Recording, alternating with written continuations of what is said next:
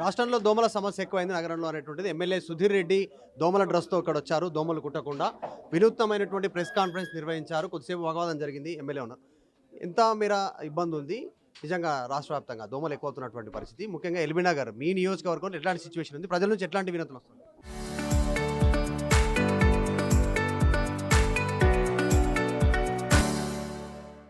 అంటే నా ఒక్క నియోజకవర్గం కాదు, ఈ హైదరాబాద్ నగర సమస్య. నోరు తెరిస్తే సాయంత్రం 6 నుంచి 8 గంటల ప్రాంతంలో నోరు తెరిస్తే నోట్లోకి పోయే పరిస్థితి దోమలు ఉన్నాయి. కాబట్టి విపరీతమైన ప్రజలు ఇబ్బంది పడుతున్నారు. ఎక్కడికక్కడ దోమలు విశృంఖలంగా విజృంభిస్తున్నాయి. దానికి ముఖ్యమైన కారణం ఈ రాష్ట్ర ప్రభుత్వం నిమ్మకు నీరెత్తినట్టు ఉండడం వల్ల దోమల విజృంభణ పెరిగిపోయింది. గతంలో బీఆర్ఎస్ పార్టీ అధికారంలో ఉన్నప్పుడు మేము 4-5 పటిష్టమైన చర్యల ద్వారా దోమలను 70% అదుపులో ఉంచినాం. ఒకటి, ఫస్ట్ మాన్యువల్ స్ప్రేయింగ్ చేపిస్తుంటుంది. రెండోది డ్రోన్ తోటి స్ప్రేయింగ్ చేపిస్తుంది. మూడోది ఆయిల్ బాల్స్ వదులుతుంటుంది. నాలుగోది గంబూజియా చేప పిల్లలు చెరువులోకి వదిలిపెట్టడం వల్ల ఇవన్నీ లార్వా స్టేజ్లనే గుడ్లని నాశనం చేస్తుండే. తద్వారా దోమల వ్యాప్తికి అడ్డుకట్ట వేసేవాళ్ళం.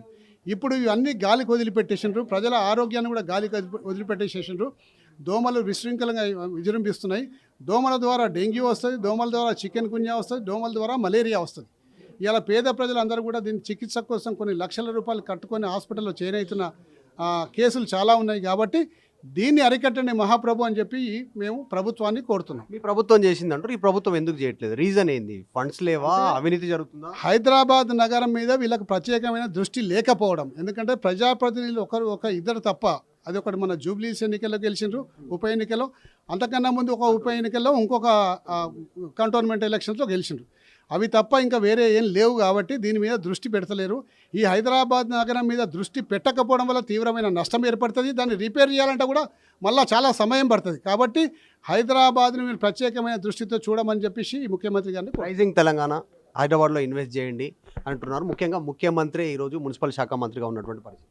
రైజింగ్ తెలంగాణ అన్నాకైనా డ్రౌనింగ్ తెలంగాణ అంటే బాగుంటుంది. అంటే మునిగిపోయిన తెలంగాణ కింద ఈ ప్రాంతం హైదరాబాద్ నగరం ఉంది. కాబట్టి దాన్ని రైజింగ్ అనే పదాన్ని వాడి దాన్ని మీరు తక్కువ చేయకండి. ఎందుకంటే మీరు రైజింగ్ అనే పదం ఎప్పుడు వాడాలి? రైజింగ్ చాలా బ్రహ్మాండమైన అన్ని రంగాల్లో బ్రహ్మాండంగా రాణిస్తున్నప్పుడు రైజింగ్ తెలంగాణ అనాలి. అగ్రికల్చర్ వాళ్ళకు ఇలా పంటలు సరిగా మంతలేవు, కరెంటు సరిగా వస్తలేవు, నీళ్లు సరిగా వస్తలేవు, దోమలు విజృంభిస్తున్నాయి.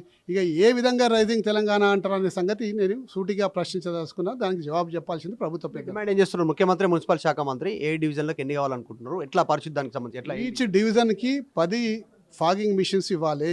ఈచ్ డివిజన్కి చెరువులలో మన లార్వా అభివృద్ధి కాకుండా ఆయిల్ బాల్స్ వదలాలి, మాన్యువల్ స్ప్రేయింగ్ చేయాలి, చెరువు మధ్యలో డ్రోన్ స్ప్రేయింగ్ చేయాలి, గంబూజియా చేప పిల్లలు వదిలిపెట్టాలి. ఇవన్నీ పటిష్టమైన చర్యలు తీసుకుంటే ఒక 75% దోమలు అదుపులో ఉంటాయి. ఇది ప్రభుత్వం తీసుకోవాల్సినటువంటి చర్యలు తీసుకోవట్లేదు. ముఖ్యంగా చేప పిల్లలు వదలడం, ఆయిల్ బాల్స్ వదలడము, ఫాగింగ్ చేయడం ఇవన్నీ చేయట్లేదు. ప్రతి డివిజన్కి మినిమం 10 ఈ దోమల మందులు కొట్టేటువంటి మిషన్లు సప్లై చేయాలి. ప్రభుత్వం చర్యలు తీసుకునే డిమాండ్ ఒక వినూత్నమైనటువంటి ప్రెస్ కాన్ఫరెన్స్ నిర్వహించారు MLA Sudheer Reddy. Video journalist జాఫర్తో మధు మల్కేడ్ గారు, అసెంబ్లీ.